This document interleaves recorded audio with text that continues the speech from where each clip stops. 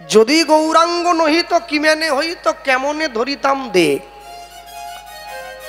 গৌরাঙ্গ মহাপ্রভু না থাকলে কলিকালের মানুষ নিজের দেহটাই ধরে রাখতে পারতো না, অন্য কিছু অনেক দূরের কথা।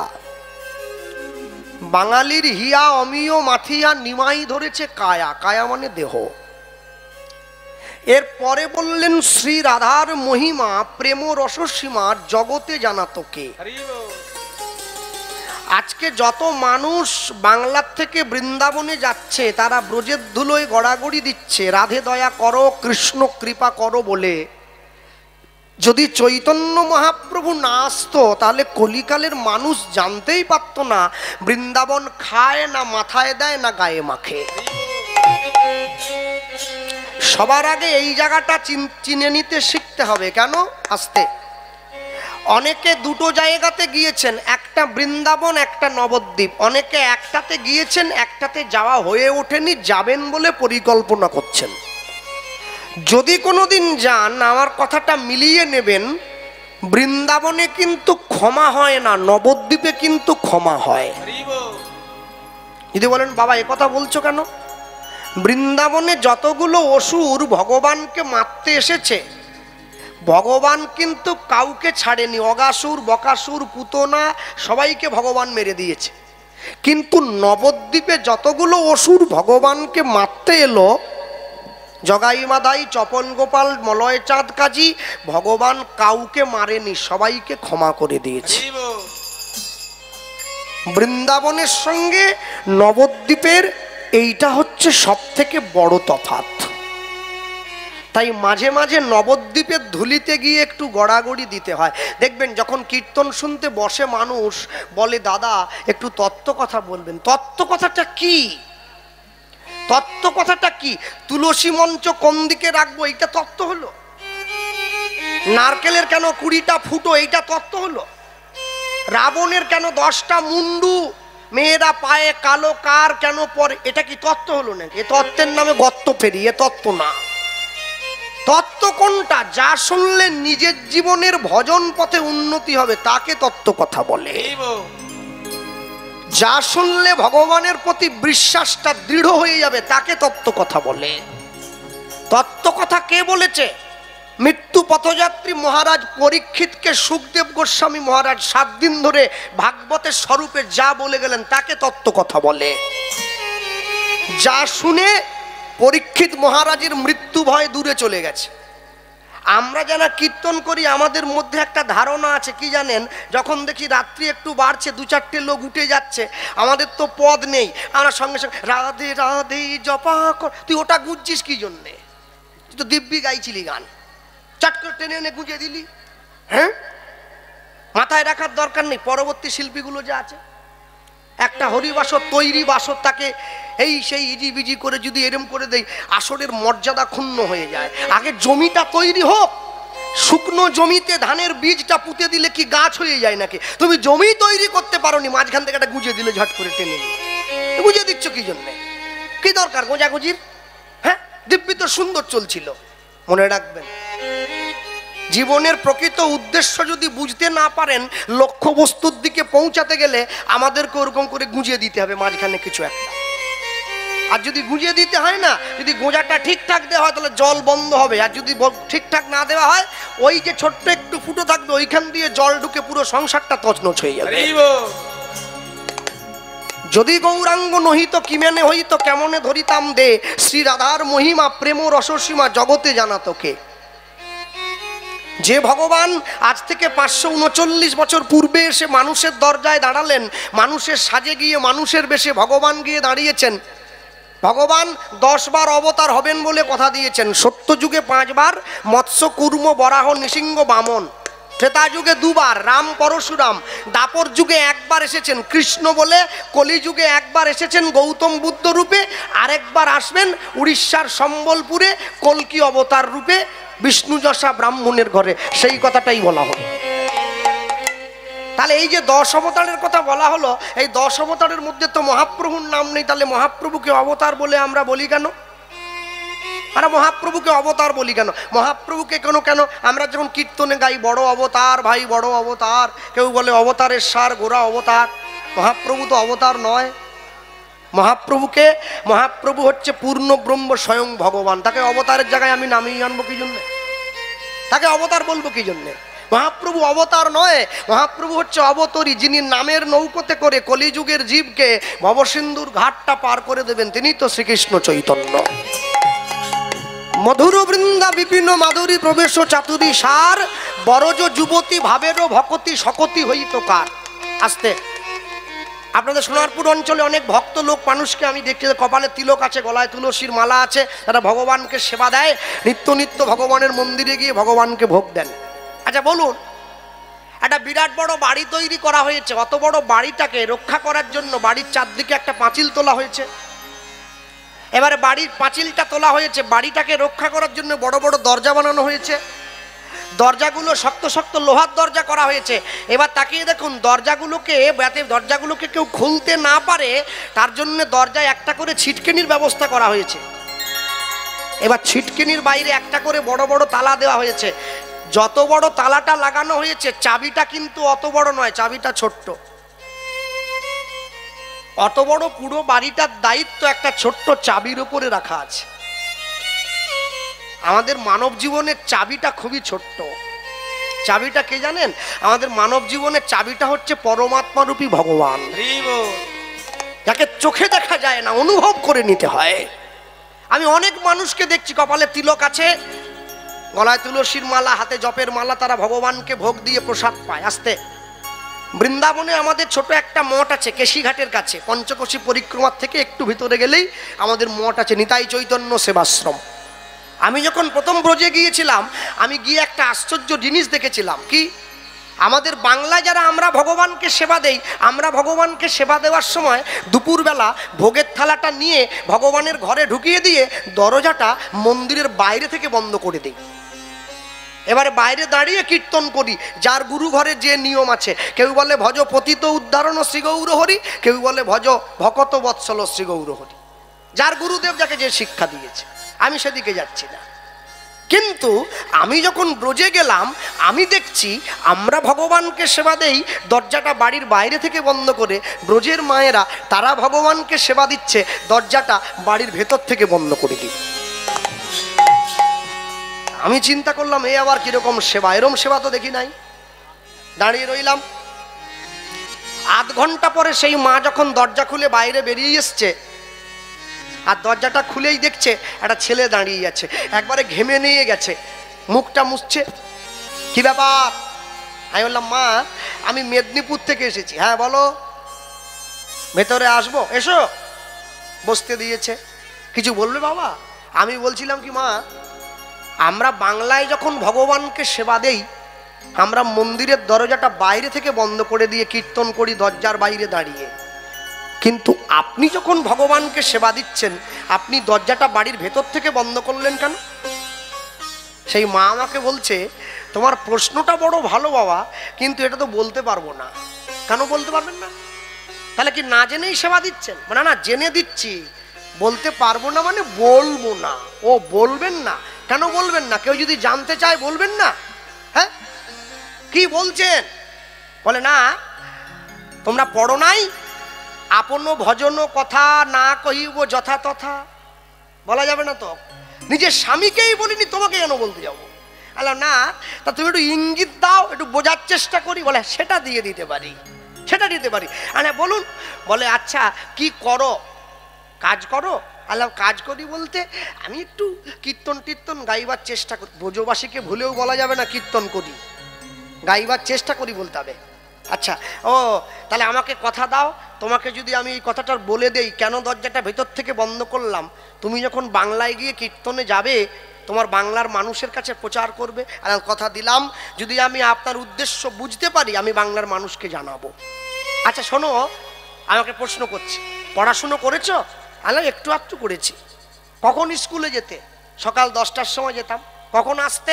বিকেল 4টের সময় আসতাম। বলে এবারে ভাবো, বিকেল 4টের সময় যখন স্কুল থেকে বাড়ি ফিরে আসতে খিদে পেত না? বললাম ভীষণ, প্রচন্ড খিদে পেত। রাস্তার মোড় থেকে মাকে ডাকতাম, মা কোথায়, খাবার কোথায়?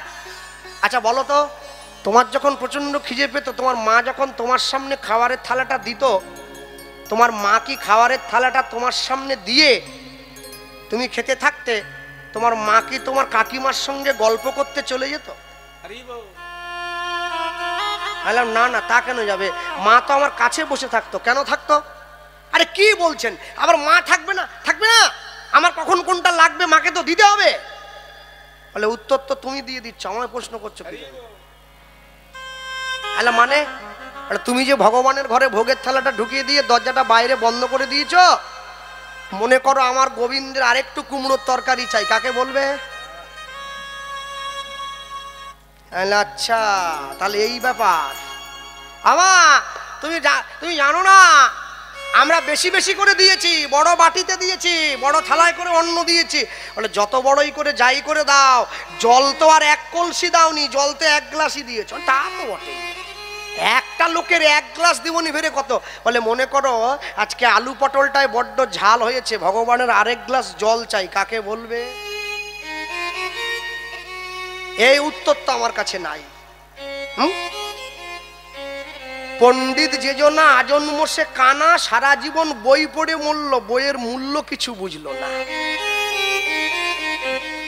ভক্তি কোনোদিন বই পড়ে আসে নাকি? ভক্তি অন্তর থেকে আসে। হ্যাঁ, আমি অনেক শাস্ত্র পড়ি, অনেক গ্রন্থ পড়ি, অনেক মন্দিরে টাকা দান করি, অনেক ভগবানের নাম করি, কিন্তু আশ্চর্য কি জানেন, এখনো বিড়ি খাওয়াটা ছাড়তে পারেনি। বলে তোমার সব জ্বলে গেল, কিচ্ছু লাভ হলো না, সব জ্বলে গেল। অন্তর থেকে যদি ভক্তি এসে যেত না, জগাই মাধাইয়ের মদের নেশা ছেড়ে গেল, তোমার বিড়ির নেশাটা এখনো ছাড়লো না, তুমি কিরম ভক্তি পথে গেছো হে ভাই? হ্যাঁ, ভাববেন, বাড়িতে গিয়ে চিন্তা করবেন, একা একা কাঁদবেন, তবে নিজের জন্য নয়, তার জন্য কাঁদবেন। দিনের শেষে একটি বার দুটো চোখের জল যদি তার চরণে এক ফোঁটা করে দিয়ে দিতে পারেন না, জীবনের সব লক্ষ্যবস্তু পূরণ হয়ে যাবে। কি চায়? গাড়ি বাড়ি, টাকা পয়সা, ভালো সন্দেশ, কালাকাঁদ, এগুলো ভগবান চাইছে নাকি? ভগবান চাইছে জীব একটু আমাকে ভালোবাসুক, আর আমার কিছু দরকার নেই। কিন্তু আমরা যে ভালোবাসবো, সেখানেও তো আমাদের প্রাণ ভরা হিংসা, কুটিলতা সব ভর্তি হয়ে আছে মনের মধ্যে। হ্যাঁ, তা আমি বললাম মা তুমি কি করলে? বলে কি করলাম জানো? নিজে হাতে রান্না করলাম, নিয়ে গিয়ে ঘরের মধ্যে ঢুকলাম, দরজা খোলা থাকলে সবার সামনে ছেলেটা খেতে পারে না, তাই দরজাটা বন্ধ করে দিয়ে খাওয়ালাম।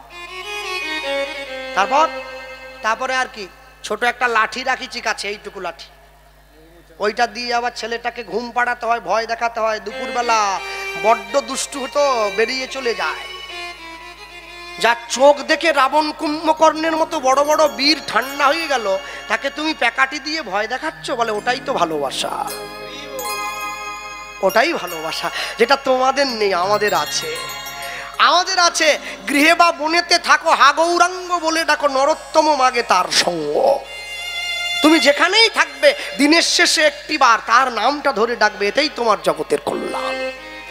মনে রাখবেন, বৈষ্ণব মহাজন লিখছেন, একদম সোজা করে দিয়েছেন কলিযুগের জীবের জন্য। তুমি সমস্ত কর্ম করবে, কিন্তু সব কাজের মধ্যে দিয়ে একটা কর্ম করতে ভুলবে না। আশ্চর্য কি বলুন তো, আজকে কিন্তু আমাদের মুসলিম ভাইদের একটা বড় অনুষ্ঠান হচ্ছে। আমি আসার সময় দেখলাম প্রচুর ভিড় রাস্তায়। আজকে ঈদ পালন হচ্ছে, চাঁদ দেখা গেছে, খবরটা দিয়ে দিয়েছে, কালকে পালন হবে, আজকে কেনাকাটা শুরু হয়েছে। আজকে থেকে ঈদ লেগে গেছে, বাজি পোড়ানো চলছে, আনন্দ মহানন্দ। কিন্তু একটা জিনিস অন্তরে দেখে খুব ভালো লাগলো। আনন্দটা কি? আনন্দটা অন্য কিছু নয়, সবাই মিলে আনন্দ করছি, সবাই মিলে কেনাকাটা করছি, সবাই মিলে ঘুরে বেড়াচ্ছে, আমাদের গাড়িটা ভিড়ের মধ্যে দিয়ে যাচ্ছে। আমি কিন্তু এখনো পর্যন্ত মেদিনীপুর থেকে দক্ষিণ 24 পরগনা চলে এলাম, কম করে 10টা থেকে 15টা মসজিদ পেরিয়ে এলাম, কোনো মসজিদের সামনে দেখলাম না যে মসজিদের বাইরে ডিজে গান বাজছে। এটাই আনন্দ। আর আমার গ্রামে কালী পুজো হলে 7 দিন আগে থেকে বাজতে আরম্ভ করে, কান পাতা দুধদায় হয়ে যায়। ভক্তি কিন্তু আবরণে নয়, ভক্তি আচরণে। যার যাকে ভালো লাগে। হ্যাঁ, মসজিদে গিয়ে মুসলমান দেখি, গির্জায় গিয়ে দেখি খ্রিস্টান, মন্দিরে গিয়ে হিন্দু দেখলাম, হসপিটালের বিছানায় গিয়ে দেখলাম সকলে সমান। সেখানে আলাদা কেউ নেই। আমার জন্যও যা নিয়ম, মুসলিমের জন্যও তা নিয়ম। আমার রক্ত তার রক্তের সঙ্গে মিলে গেলে বিচার হবে না, দিয়ে দিতে হবে। আগে জীবনটা তো বাঁচুক, পরে রক্তের বিচার হবে। মারামারি তো আমরা শুরু করেছি, অন্য কেউ নয়। বৈষ্ণব মহাজন লিখতে গিয়ে লিখেছেন, গাও পুন পুন শ্রী গৌরাঙ্গের গুণ উলুধ্বনি।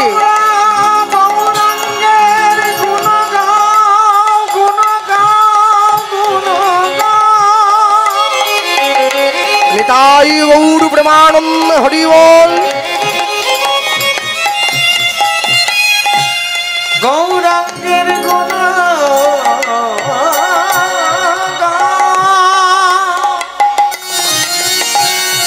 গৌরাঙ্গের গুণ গাও, গৌরাঙ্গের গুণ গাও,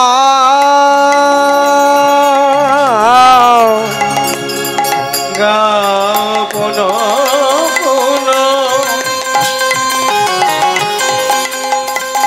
শ্রী গৌরাঙ্গে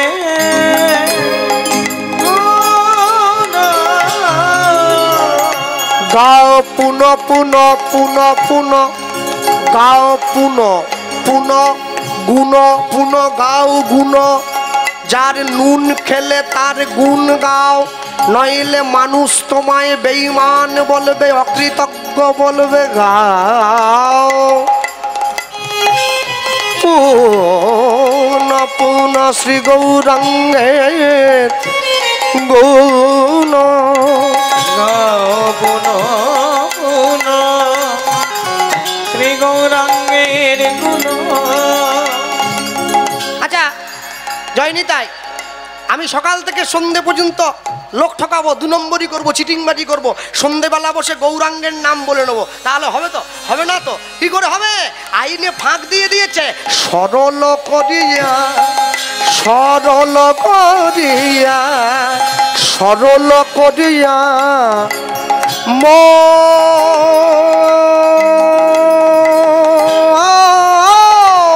নিতাই গৌর হরি বল।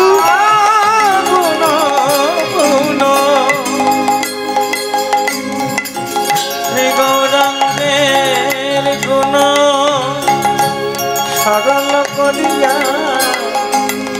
ও ভাই সরল করিয়া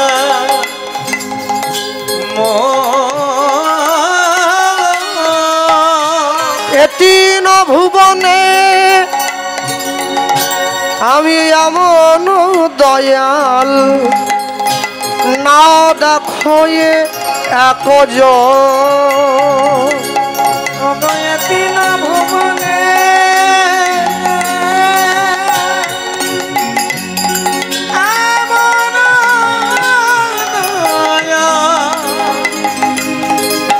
না দেখো আমি তিন ভুবনে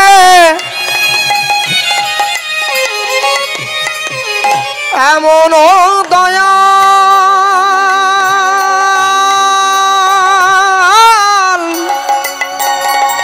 না দেখো এক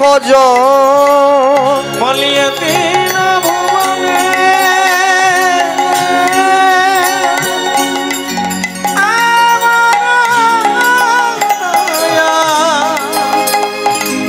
না দেখো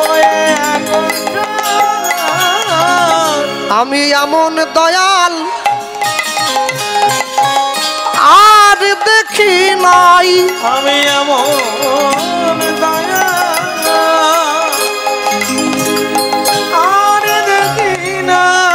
আমি এমন দয়াল আর দেখি নাই। আমি এমন দয়াল আর দেখি না। যেজন মার খাবে পায়ে ধরে প্রেম দেবে, আমি এমন দয়াল আর দেখি নাই। যেজন জগাই মাধাইয়ের মতো মাতালকে হরিনাম দিল, এমন দয়াল আর দেখি নাই। যেজন মলয় চাঁদ কাজীর মতো মুসলমানকে কৃষ্ণ নাম দিল, এমন দয়াল আর দেখি নাই। সেজন চপল গোপালকে উদ্ধার করিল, এমন দয়া আর দেখি নাই। জীবের হাতে ধরিল আর পায়ে পড়িল, এমন দয়া আর দেখি নাই। বলি জীবকে হৃদয় মাঝে জড়াইয়ে ধরে, এমন দয়া আর দেখি নাই। বলি নামে জগৎ মাতাইল, নিতাই গৌর হরি বল। নামে জগৎ মাতাই, এমন দয়া আর দেখি নাই। এমন দয়া আর দেখি নাই। এ তিন ভুবনে এমন দয়া না দেখো একজন। এ তিন ভুবনে এমন দয়া না দেখো এখন।